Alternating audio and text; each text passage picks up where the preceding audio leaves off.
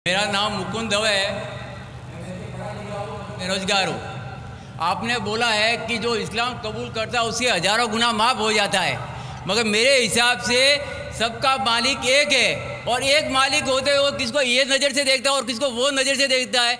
हिंदुओं को माफ़ नहीं करेगा और जो इस्लाम धर्म स्वीकार करता है उसको माफ़ कर देगा। ये कौन सा ऊपर वाले का कानून है जो मेरी समझ में नहीं आ रहा है। बहुत अच्छा सवाल, बहुत अच्छा सवाल। मालिक एक तो सारे इंसानों के लिए अदल भी एक होता है। बहुत अच्छा सवाल, बहुत अहम सवाल। भाई का सवाल है कि ये किधर का मुसलमानों को माफ़ करता है, हिंदू को नहीं माफ़ करता है। मैंने आपसे कहा कि जो इंसान नाम का मुसलमान है, उसका नाम मोहम्मद अब्दुल्ला जाकिर है, तो वो काफ़ी नहीं जन्नत में जाने के लिए। मुस्लिम का मतलब वो इंसान जो अमन हासिल करता है अपनी ख्वाहिश, अपनी मर्ज़ी से खुदा के अहकामात पे अमल करने के बाद। यानी जो इंसान अपने मालिक के अहकामात पे अमल करता है वो सच्चा इंसान है। वो नाम का क्या है उसका मैं कोई लेना देना नहीं। यहाँ मैं कह रहा हूँ कि जो इंसान अल्लाह के अलावा किसी के साथ शिर्क कर रहा था, आज शिर्क करना छोड़ दिया, आज उसके गुनाह माफ़ होंगे।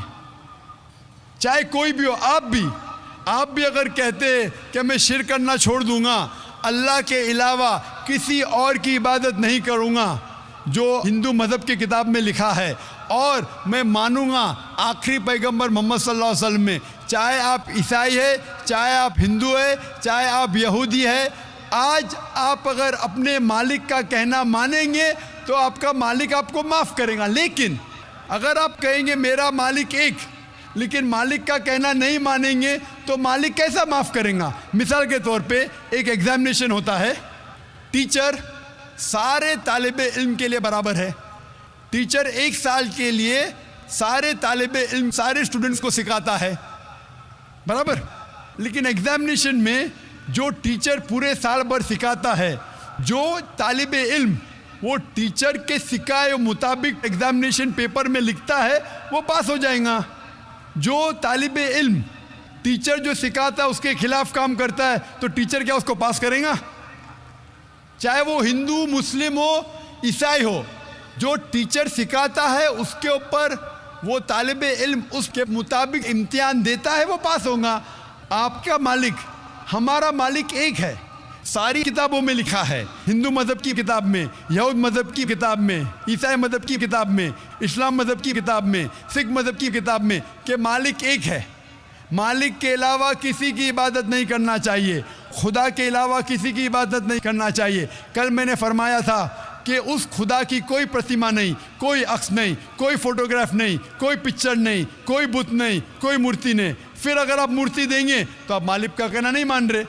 तो अगर आप मालिक का कहना मानेंगे, आपका नाम कुछ भी हो, मोहन हो, कुछ भी हो, शंकर हो या अब्दुल्ला हो, अगर आप मालिक का कहना मानेंगे तो आप सचमुच उस मालिक के बंदे हैं। अगर आप मालिक का कहना मानेंगे तो आपके गुनाह माफ़ हो जाएंगे। तो ये अरबी में कह रहा हूँ कि मुस्लिम तो लोग को ये लफ्ज़ से नफ़रत है। अगर नफ़रत है तो मैं मुस्लिम लफ्ज़ को निकालता हूँ। मैं ये कहता हूँ जो भी इंसान अपने मालिक का कहना मानता है उसे अरबी में कहते हैं मुस्लिम। लेकिन आपको मुस्लिम शब्द से नफ़रत है, मुस्लिम शब्द को निकाल दो।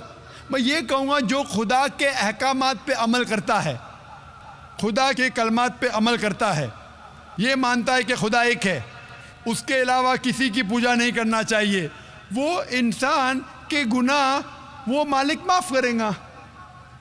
आप अगर मानेंगे खुदा एक है, आप मानते खुदा एक है, आप मानते खुदा के अलावा किसी और को पूछना नहीं चाहिए, मानते? हाँ क्या नहीं मानते?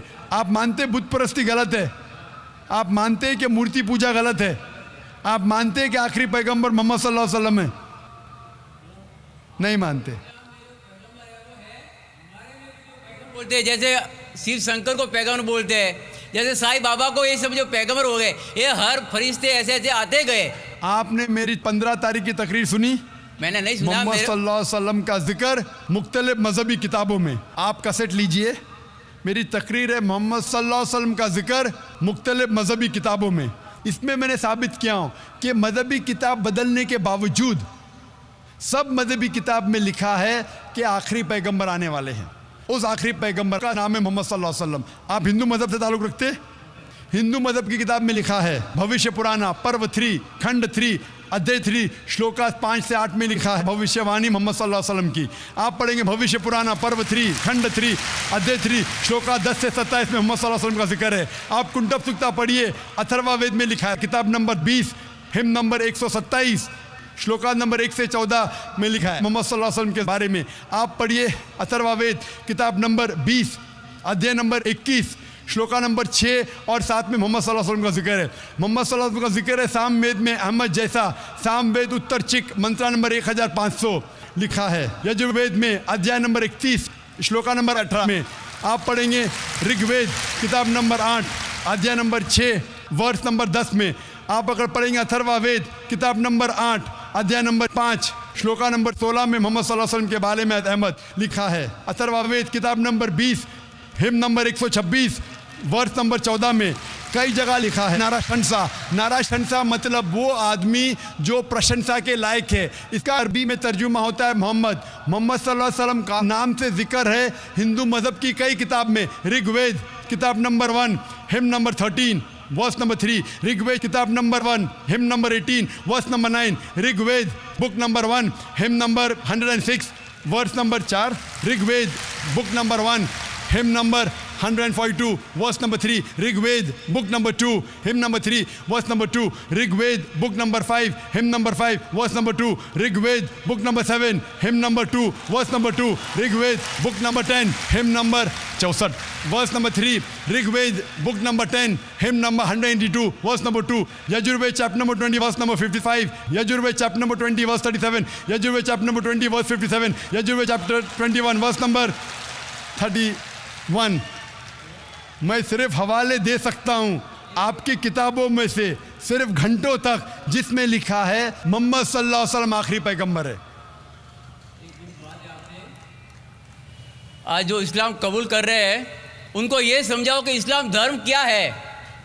उनको वो समझ में, मेरे भी समझ में नहीं आ रहा था इस्लाम बोलते किसको है। आपने कहा कि जो लोग इस्लाम कबूल कर रहे हो उन्हें समझाओ इस्लाम धर्म क्या है। आप नहीं समझे, वो लोग समझे इसलिए तो इस्लाम कबूल किए। आप भी समझेंगे तो आप भी कबूल करेंगे। ये 10 रोज़ा कॉन्फ्रेंस जो था, हमारा मकसद था बताने के लिए सारे इंसानों को इस्लाम क्या है। ये मीडिया जो इस्लाम को पेश कर रही है ये तोड़ मड़ोड़ के पेश कर रही है। हमारा मकसद ही था बताने के लिए सारे इंसानों को इस्लाम क्या है। अगर आप इस्लाम को नहीं अब तक जाने तो बेशक कबूल मत करो। जब भी पहचान लेंगे इस्लाम को तो इंशाअल्लाह आप भी शहादत देंगे। मेरी दुआ है अल्लाह सुब्हानहू व तआला से, उस मालिक से कि आपको हिदायत दे कि आप ये माने कि अल्लाह एक है, अल्लाह के अलावा कोई माबूद नहीं और मोहम्मद सल्लल्लाहु अलैहि वसल्लम आखिरी पैगंबर है। मैं कहूँगा वॉलंटियर से कि आपको मेरी DVD दे, मोहम्मद सल्लल्लाहु अलैहि वसल्लम का जिक्र मुख्तलिफ मजहबी किताबों में, उसमें सारे हवाले हैं और एक खुसूसन तकरीर है मोहम्मद सल्लल्लाहु अलैहि वसल्लम का जिक्र हिंदू मजहबी किताब में, सिर्फ हिंदू मजहब में। आप उसको देखो और इंशाअल्लाह आप इस बात को तस्लीम करेंगे आज नहीं तो कल कि अल्लाह एक है, उसके अलावा कोई माबूद नहीं और मोहम्मद सल्लल्लाहु अलैहि वसल्लम आखिरी पैगंबर है। Hope that answers the question. जी दोस्तों, जैसे कि आप लोगों ने आज की वीडियो देखी तो दोस्तों उम्मीद करता हूँ कि वीडियो आपको पसंद भी आई होगी। जैसे कि डॉक्टर साहब ने बहुत बेहतरीन जवाब दिया है कि जब तक हम अल्लाह ताला ने हमें जो किताब नाज़िल की है हम उसके अहकामात पर अमल नहीं करेंगे, तो अगर हम कलमा नहीं पढ़ेंगे, शहादत नहीं देंगे तो हमें अल्लाह ताला क्यों माफ़ करेगा।